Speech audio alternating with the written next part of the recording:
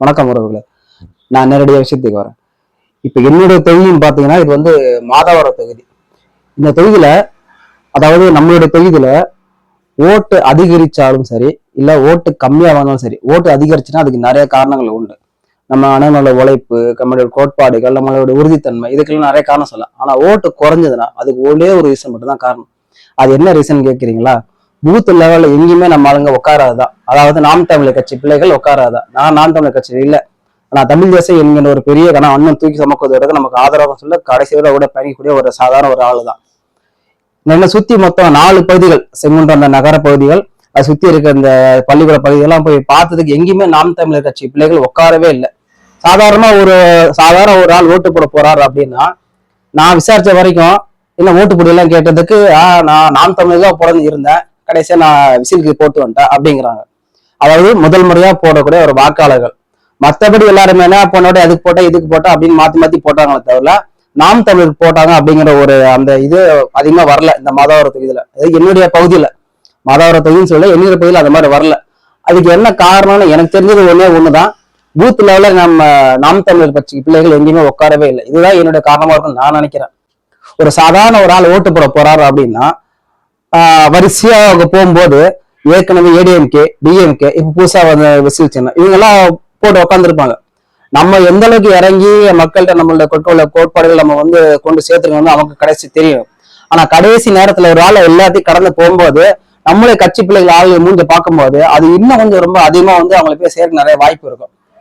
நான் போன தேர்தல் அதுக்கு முந்தின தேர்தல், அதாவது நாம் தமிழர் கட்சிக்கு நான் ஓட்டு வாக்கு செலுத்தக்கூடிய நாள்ல இருந்து நான் கவனிக்கிறது என்னன்னா, பூத் லெவல்ல எங்கேயுமே நாம் தமிழர் கட்சி பிள்ளைகள் உட்கார்றதே கிடையாது. அது ஏன்னே தெரியல. ஒண்ணு காசு இல்லையா, இல்ல எதனால ஆள் இல்லையே, என்ன காரணமும் தெரியல. அதாவது ஒரு தொலைக்காட்சி விவாதத்துல காட்டுற மாதிரி டிவிக்கே, டிஎம்கே, அப்புறம் ஏடிஎம்கே இந்த 3 கட்சியும் தான் காட்டுற மாதிரி பூத் லெவல்ல இந்த 3 கட்சி தான் உட்கார்ந்து இருக்கு. நம்ம கட்சி இருக்கா இல்லையானே தெரியாத அளவுக்கு போய்விட்டது. இதனாலதான் எல்லாருமே கிண்டல் பண்ண வாட்ஸ்அப் கட்சி, இது யூடியூப் கட்சி அப்படிங்கிற அளவுக்கு கிண்டல் பண்ண காரணம் இதுதான். பூத் இல்லாத நம்ம உட்கார்ந்துருந்தோம்னா நம்ம வாங்கிட்டு வந்து 8 அடுத்தபடி 10, 12 தான் தாண்டுமே தவிர இப்ப 16 போமா அப்படிங்கிறதே தெரியாது.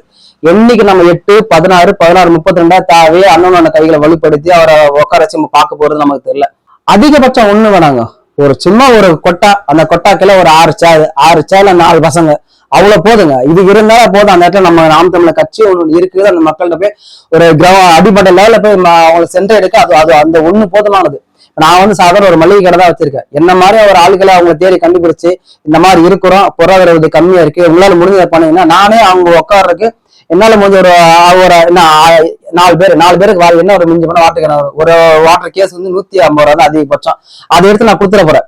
இந்த மாதிரி தமிழ் தேசிய ஆதரவாளர் யாரும் எல்லாம் தேடி அவங்களுக்கு நான் அடிப்படை பொருளாதார விஷயங்கள் இங்கிருந்து நம்ம வந்து தேர்வு பண்ணி எடுத்து கொடுத்தாலே குறைந்தபட்சம் ஒரு மணி நேரம் உட்கார்ந்தாலே நமக்கான வாக்குகளை வந்து அதிகமாக நமக்கு கிடைச்சிரும்.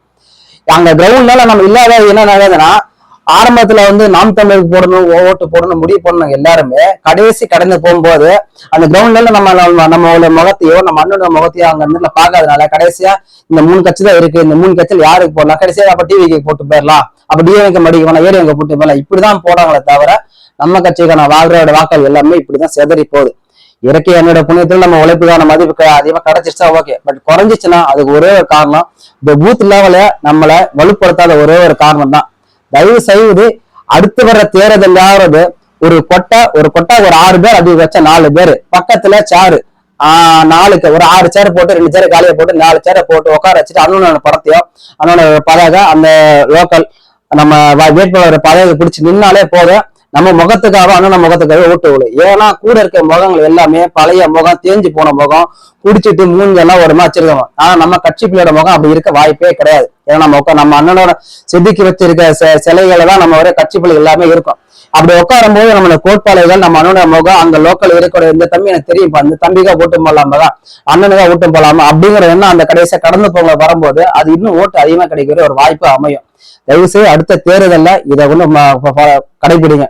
பொருளாதார வலிமை கம்மியா இருக்கு அப்படின்னா நமக்கு உதவக்கூடிய அங்க அந்த வணிக செய்வங்களை யாராரு இல்ல அலுவலகம் போறாங்க யாராரு அவங்கள பிடிச்சி முன்னாலே அதுக்கான விஷயத்தெல்லாம் தேர்வு பண்ணி கேட்டீங்கன்னா கண்டிப்பா உதவி செய்யறதுக்கு ஆளு நிறைய பேர் இருக்கிறாங்க. அண்ணன் 2 வீடியோ போட்டதுக்கு என்னால முடிஞ்ச உதவியே என்னோட சேனல்ல எந்த அளவுக்கு வருமானமே கிடையாது. ஏதோ காரணம் சொல்லி வருமானத்தை கட் பண்ணி வச்சிருக்கான். இருந்தாலும் 2 தான் அண்ணன் வீடியோ போட 2 தான் என்னால முடிஞ்சா கொடுத்தேன். கடைசியா பூத்துல அவளுங்க உட்காடுறதுக்கு அவங்க வந்து கேட்டிருந்தாலும் அதுக்கு என்னால வந்து முடியுமா தண்ணி வாட்டர் சப்ளை பண்றதுல இல்ல வேற ஏதாவது கூடிஸ் ஏதாவது கொடுத்து உதவி பண்ணாலும் நான் பண்ணிருப்பேன். அந்த மாதிரியான ஆர்வல் உள்ளுக்குள்ள இருக்கு. ஆனா யாருமே என்னை தேடி வரல. தயவு செய்து அடுத்த வர நம்ம எம்பி தேர்தல் யாரு இந்த பூத் லெவல்ல ஒரு கொட்டாவை போட்டு கொட்டாக்கு 4-5 பேர் உட்கார வச்சு ஒரு 6 சேரை காலியா போட்டு அண்ணனோட பதக்க வேட்பாளரை பிடிச்சி வச்சீங்கன்னா நமக்கான வரக்கூடிய 4 வாக்குகள் வர வேண்டிய இடத்துல உறுதியா 8 வாழ்க்கைகள் 7 வாழ்க்கைகள் உறுதியா கிடைக்கும். இந்த 3 வாழ்க்கைகள் எல்லாமே இப்படிதான் புதுசா வர ஆளுகளுக்கும் வேற ஒரு ஆளுகளுக்கும் நம்ம பேச காரணம் இதுதான். ஆரம்பத்துல நேத்துனாவே சில இடத்துல நான் பழக்கம் விசாரிக்கும் போது நான் புதுசா ஒரு பொண்ணு அப்பதான் முதல் ஓட்டு போட போறேன் அந்த பொண்ணை நான் கேட்கும் போது ஆரம்பத்துல சீமானன் தான் போட்டு முடிவு பண்ணியிருந்தேன். ஆனா கடைசியா விஜய் போட்டு வந்தேன். ஆனா நான் அடுத்த வாட்டி போட்டுக்கலாம் அப்படின்னு முடிவு பண்ணிட்டேன் அப்படிங்கிறாங்க. காலையில 7 மணி ஓட்டு போடவங்களை போகும்போது யாருக்கு ஓட்டு போட போறீங்கன்னு நான் கேட்கும் போது டிவிக்கு தான் போட போறா அப்படின்னாங்க. அந்த வயசா நம்ம டிவி தான் போடுறாங்க. ஆனா நான் ஏன் அங்கே போடுறீங்க நம்மளுடைய சீமானன் ஓட்டு போட்டுவா அப்படின்னு சொன்னதுக்கு அப்புறம் ஓட்டு போட்டு திரும்பி என்னோட கடைக்கு வந்ததுக்கு அப்புறம் அந்த அக்கா கேட்டது நான் போட்டது விசிச்சுன்னா அம்மா போட்டது சீமானன் போட்டானுங்க. அவங்க உண்மையை சொன்னாங்களா பொய் சொன்னாங்களான்னு தெரியல. ஆனா அந்த ஓட்டு போடுற அந்த பூத் லெவல்ல நம்மளுடைய கட்சி பிள்ளைகள் யாருமே கிடையாது. அங்க ஒரு கொட்டாவை போட்டு அண்ணன பதவி இதெல்லாம் போட்டு ஒரு செட் அமைப்பு நம்ம உருவாக்கினா உறுதியா நமக்கான வாக்குகள் அதிகமா கிடைக்கும். தயவு செய்து அடுத்த வரைக்கும் நம்ம எவ்வளவுதான் உழைப்பு கோட்பாடு எல்லாம் போட்டாலும் கடைசி நம்ம கிடைக்க நேரத்தில் கிடைக்காம போறது ஒரே காரணம் பூத் லெவல்ல நம்ம பிள்ளைகள் உட்காருறது மட்டும் தான் காரணம். அடுத்த வாட்டியா தயவு செய்து நிவர்த்தி செய்து அண்ணனோட கரங்களை வலுப்படுத்துற மாதிரி கேட்டுக்கிறேன்.